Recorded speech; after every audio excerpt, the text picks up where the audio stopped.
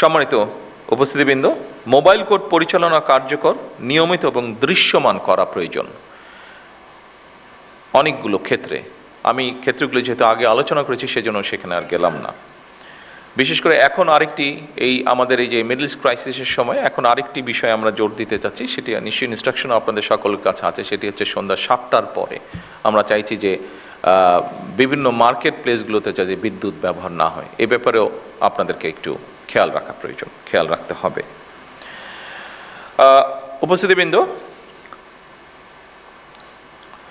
Mobile court পরিচালনা কার্যকর, নিয়মিত এবং দৃশ্যমান করার জন্য জরুরি পদক্ষেপ বা জোর পদক্ষেপ আপনারা দয়া করে গ্রহণ করবেন, যাতে করে আইন লঙ্ঘনের ক্ষেত্রে তাৎক্ষণিক ব্যবস্থা গ্রহণ করা যায় এবং জনস্বার্থ সংশ্লিষ্ট অপরাধ দ্রুত দমন করা সম্ভব হয়। জনগণ ন্যায় বিচার প্রাপ্তি সহজতর করা এবং সরকারি সেবাকে হয়রানি মুক্ত করা এবং প্রতিটি নাগরিকের জন্য সমান সুযোগ নিশ্চিত করা, আমি মনে করি আপনাদের কাজের একটি গুরুত্বপূর্ণ এবং বড় অংশ।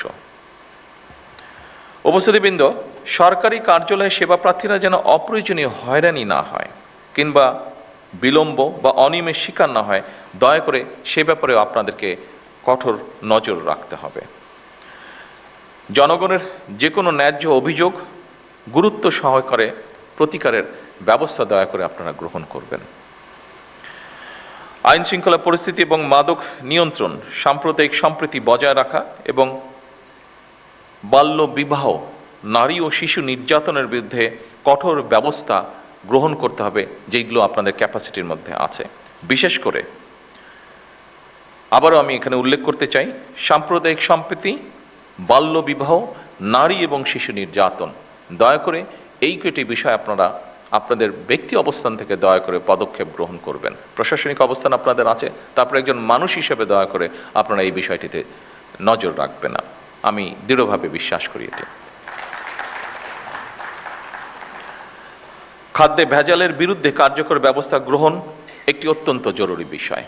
এই খাবারটি আপনি খাচ্ছেন, আমি খাচ্ছি, আপনার পরিবারের সদস্য আপনার সাথে থাকছে, তারাও খাচ্ছে, কাজেই এটির প্রতিও আমাদের নজর রাখা অত্যন্ত প্রয়োজন।